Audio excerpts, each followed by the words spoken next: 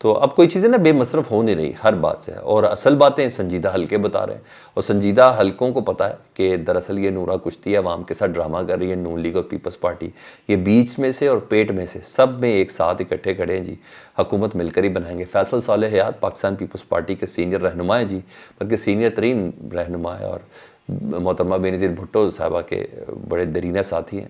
انہوں نے کہا 8 فروری کو انتخابات کے بعد حکومت مخلوط ہوگی، نون لیگ کے ساتھ پیپلز پارٹی یہ حکومت بنائے گی۔ آج کے جو جھگڑے ہو رہے ہیں نون لیگ اور پیپلز پارٹی کے لیول پلینگ فیلڈ دو، یہ نہیں وہ نہیں، جو کچھ بھی، یہ سب کے سب انتخابی بیانیہ ہیں، اور مطلب یہ جب کچھ بھی کر رہے ہیں نون لیگ اور پیپلز پارٹی، یہ ایک متفقہ طور پر، مشترکہ طور پر انڈرسٹینڈنگ کے ساتھ کر رہے ہیں، ورنہ پی ٹی آئی کا تو ایک جلسہ ان کی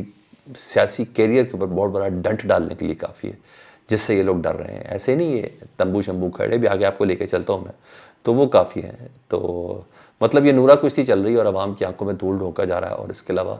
کچھ بھی نہیں ہے۔ یہ سب چیزیں وہ ایک پلان ہے نا جس میں صدر مملک کا آصف علی زرداری ہوگے، اور وزیر اعظم نون لیگ کا ہوگا، شروع میں نواز شریف صاحب ہوں گے، اور وزارت خارجہ بلاول بھٹو کے پاس ہوگی، یہ سب چیزیں سمجھ میں آ رہی ہیں۔ تو فیصل صالح حیات صاحب نے یہ بات کہی ہے، تو میں نے کہا آپ تک پہنچا دوں۔ اور آج ایک اچانک خبر دی گئی، بلکہ پھیلائی گئی، اور جیو کے ذریعے تیزی سے پھیلائی گئی کہ مولانا فضل الرحمان غزہ کی جانب پیش قدمی کر رہے ہیں۔ اللہ اکبر! مولانا فضل الرحمان جمیعۃ الباعث کے سربراہ غزہ کی جانب پیش قدمی کر رہے ہیں، تیزی سے بڑھ رہے ہیں، اور خفیہ طور پر کسی کو بتائے بغیر چلے گئے ہیں۔ اچھا، لوگ کہہ رہے ہیں جہاں امداد نہیں پہنچ رہی، جہاں راشن نہیں پہنچ رہا، جہاں ادویات نہیں پہنچ رہی ہیں، یا ڈاکٹر اور نرسز نہیں پہنچ رہے، وہاں مولانا فضل الرحمان کیسے پہنچ گئے؟ اور پھر جان بوجھ کر صالح ظفر صاحب کے ذریعے یہ خبر پورے اخبار میں پھیلائی گئی، اور پھر بیپر شیپر یہ سب ہوا کہ مولانا صاحب بڑے پرخطر راستوں سے ہوتے ہوئے ادھر پہنچ رہے ہیں جی، اور یہ سب ہے۔ تو پتہ چلے جی مولانا صاحب کے پرخطر راستے قطر کے تھے جی، مولانا صاحب قطر میں ہیں، قطر کے علاقے دوحہ میں نا حماس کے جو سیاسی ونگ ہے نا، اس کے رہنما ہیں اسماعیل ہانیہ، مولانا صاحب جو ادھر ان سے ملاقات کی ہے جی، کوئی غزہ شزا کا چکر نہیں ہے ایسا جانے کا، اور مولانا صاحب نے کہا جا رہا ہے کہ ادھر کوئی امداد دی ہے۔ میں حیران ہوں، جو خود امداد پہ چلتے ہوں کسی کو کیا امداد دیں گے، لیکن ظاہری بات ہے اس وقت کام میں جو مجھے نظر آ رہا ہے، جو سمجھ آ رہا ہے، جو رپورٹ ہو رہا ہے، وہ جماعت اسلامی کا ہی ہو رہا ہے، ان کے پلیٹ فارم سے یہ سب چیزیں کوشش تو کی جا رہی ہے۔ کل تو 200 ڈاکٹرز اور پیرامیڈیکل سٹاف تک کے حوالے سے رجسٹریشن ہو چکی ہوئی تھی۔ تو یہ تھا، تو بہرحال یہ خبر صرف مولانا کا جو غزہ ہے نا وہ قطر کا دوحہ ہے، ٹھیک ہے جی، تو یہ کوئی غلط فہمی نکالے، مولانا صاحب نے اپنی طرف سے بہت بڑی موو کے لیے خبریں چلوا کے، پھیلوا کے، بتلوا کے، جی ہاں۔ اور پشاور ہائی کورٹ نے 2 دن پہلے ہی فیصلہ دیا تھا جی، پاکستان تحریک انصاف کو جلسے کی اجازت دی گئی تھی، اور اس کا تحریری فیصلہ 2 دن پہلے آیا تھا کہ پاکستان تحریک انصاف کو کوئی قدغن نہیں ہے، کہیں روکا نہیں جا سکتا جلسے کرنے سے۔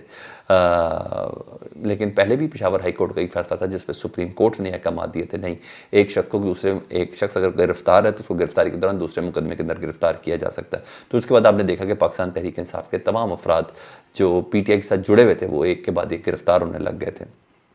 تو سپریم کورٹ نے وہ فیصلہ پشاور ہائی کورٹ کو اڑا دیا، اور آج انتظامیہ نے اڑایا۔ مانسیرا میں